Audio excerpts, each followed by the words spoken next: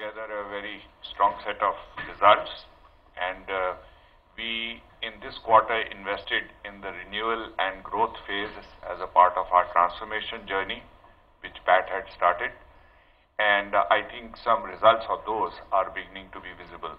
So I'll hand over to Pat, and he will take us through the quarter as well as the annual results, and then we'll open it up for question and answers. Thank you, Vijay. First, I'd like to say that the team has worked very hard in this quarter to make up for what we experienced in quarter 3, working very much to the plan that we laid out at the beginning of the year, and in fact over the last 2.5 years. We've come through with results that we are proud of for this quarter and satisfied with. What we've had in the quarter is a very strong operational performance, both for Q4 but also as a result therefore for FY17 as a whole, in spite of the turbulence that we faced due to demonetization and also due to the volatile foreign exchange situation over the year. For quarter 4, our revenue grew 51% YOY to 361.5 crores, contributed due to high component of strategic sourcing in this quarter.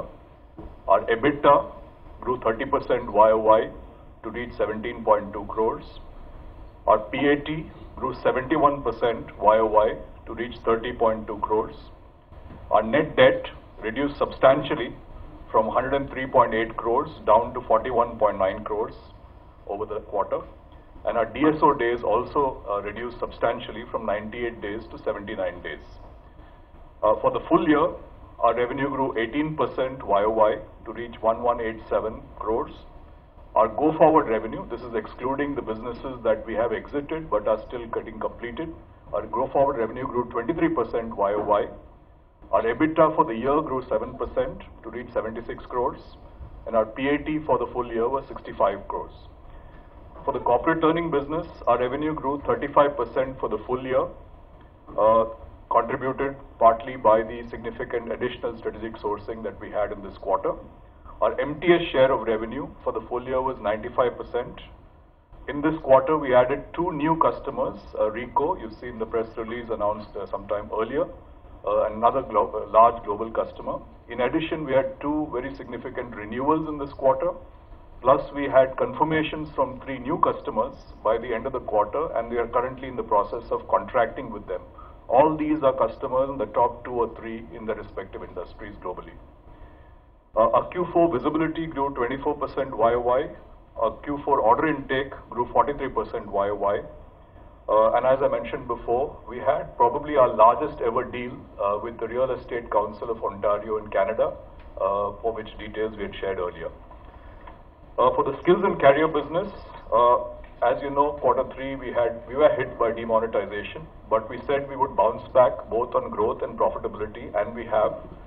We had a 3% growth for the YOY for the quarter 4, and we had a 4% EBITDA for quarter 4. We ended the year with a 3% EBITDA, which is significantly higher than what we had last year.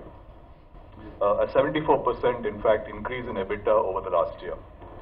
Our Diginex portfolio, which we launched at the beginning of this year, has exceeded all our internal targets.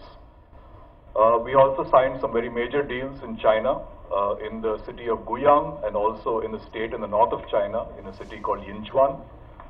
And both Training.com and NIIT TV made substantial progress on a number of metrics that we had set for ourselves. The schools business also did well, though it is a smaller part of our business.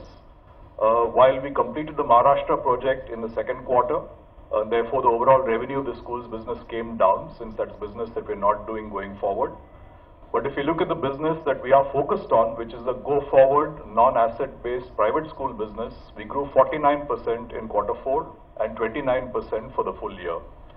Our EBITDA for quarter 4 in the schools business improved by 89%, and for the full year improved by 143%. So overall, I'm very pleased with the results that we've been able to achieve. I think it clearly reaffirms that we have a strategy that we all believe in, and it's working. A team that's completely aligned around that strategy, clear set of plans that are delivering results, and solid execution that's making sure that what we have planned and laid out is actually coming to fruition. With that, let me hand you back to Vijay. Thanks, Rahul. I will, as we had announced about a month and a half ago, Sapnesh Lala, who is the CEO designate, will be taking over from Rahul Patwardhan in the end of July, and I would like to ask him to say a few words as well. Thanks, Vijay, for the kind comments. I'm excited to take over. NIIT is not new for me. I've been with NIIT for 25 years, and I'm looking forward to leading NIIT to its renewal and growth phase. As Pat pointed out, several of our customers are the number 1 or number 2 or top 5 companies in each of their industry segments.